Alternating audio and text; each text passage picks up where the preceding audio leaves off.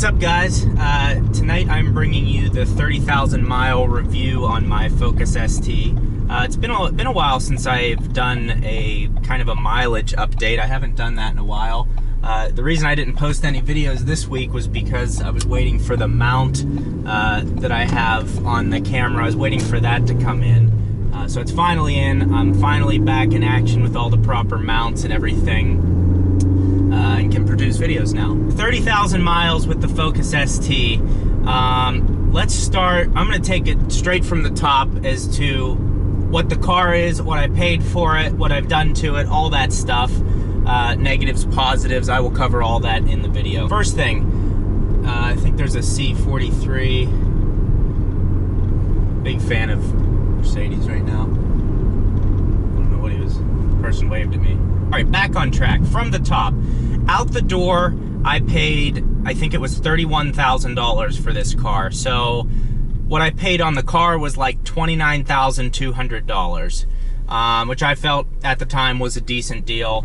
I know some of you guys have gotten it for less, whatever. That's what I paid for it. I did financing over 60 months for it. My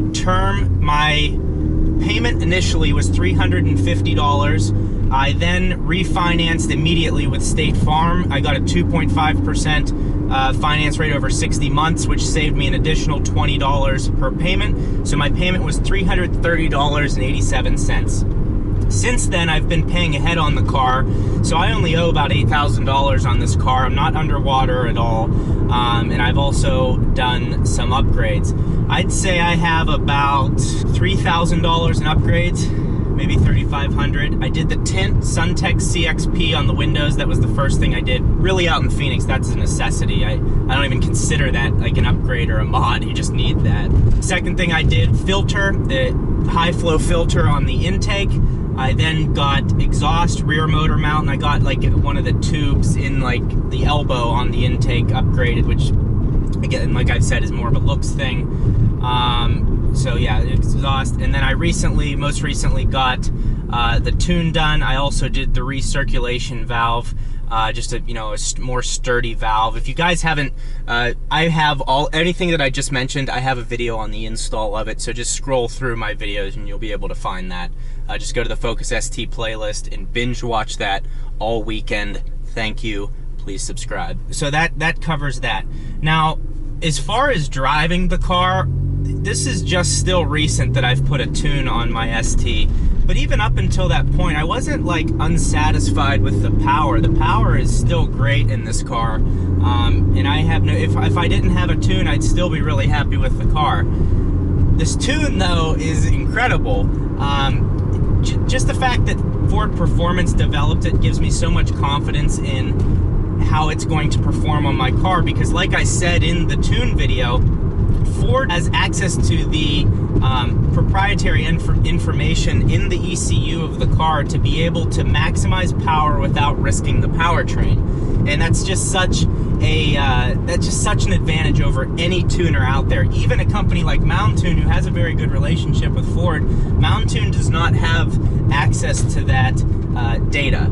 So that's why I went with this tune. It's been great so far, but again, it doesn't add top-end power. So once you get through the torque power band, you're back onto the normal plane. If you add horsepower to your car, you get this top end just push back in your seat, whereas this is more usable in an urban area like I'm in. I'm able to really get out of turns quickly and just get maximum power earlier. So that's what this tune is all about, and I really enjoy it.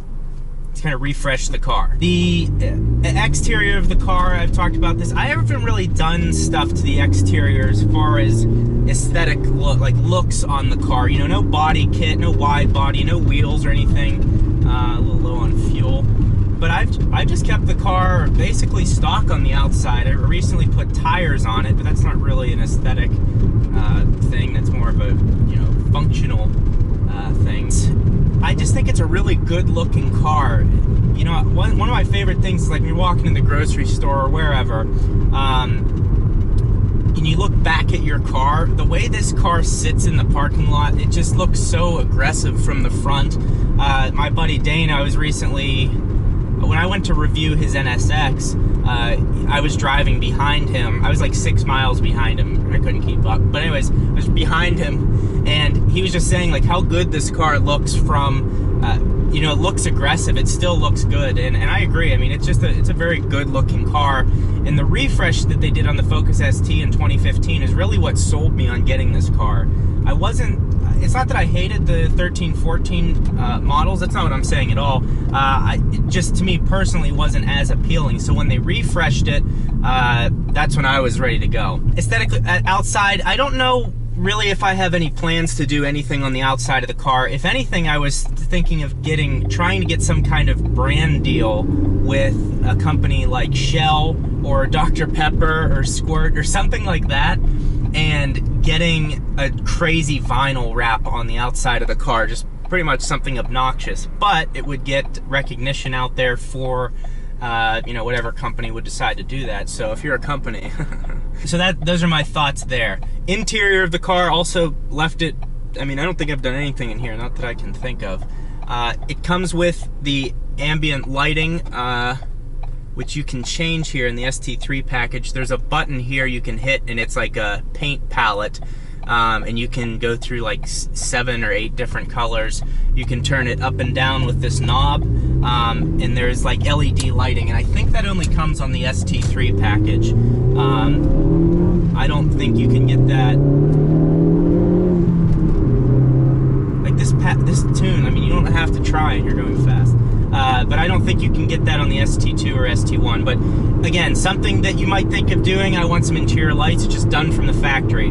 Has the carbon fiber shifter, which is amazing. It feels so good, it looks good. And it's kind of weird that you would think like having a black carbon fiber shifter would be, especially in Phoenix, would be like extremely hot in the summer, and it doesn't. Really the wheel gets hotter somehow, so that's actually been good. Again, the carbon fiber trim, I just think looks great on the car. Some people have commented, they're like, yeah, perfect ricer. If it comes from the factory and it looks like this, that's not a ricer. It looks good. It has a really nice fit and finish. Regardless if it's real or not, the weave is consistent. I mean, you can get right up next to it and it looks great. So, is it real? I don't know. But it looks really good, and it's not a carbon fiber overlay.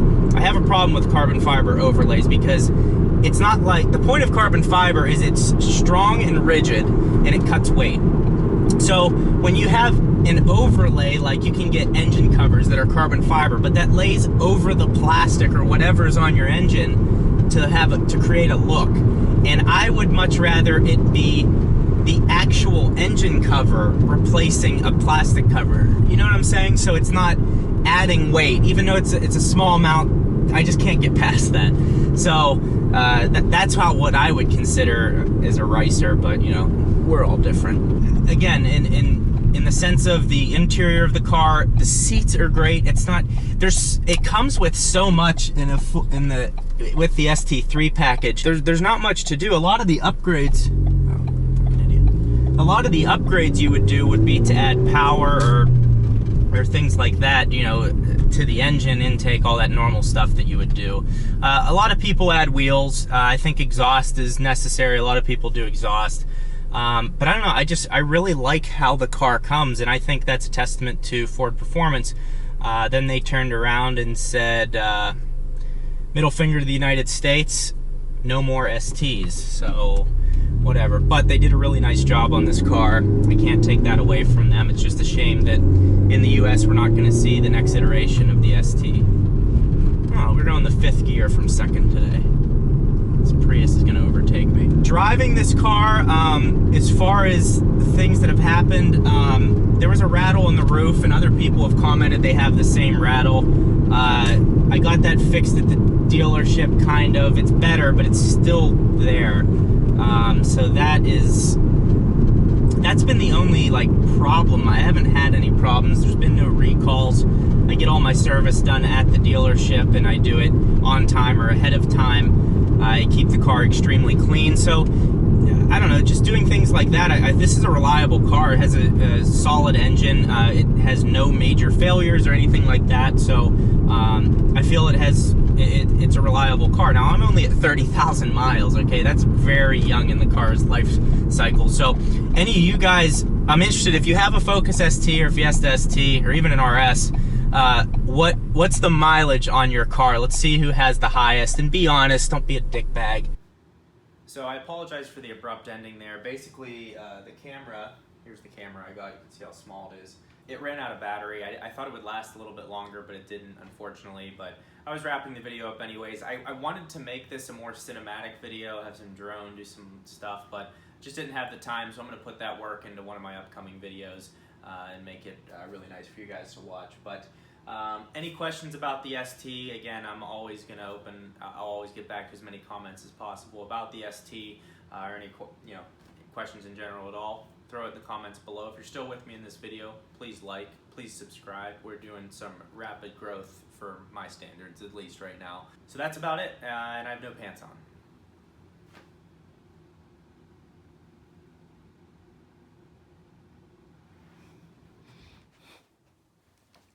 He's just the greatest. No. Drop a like for a poodle.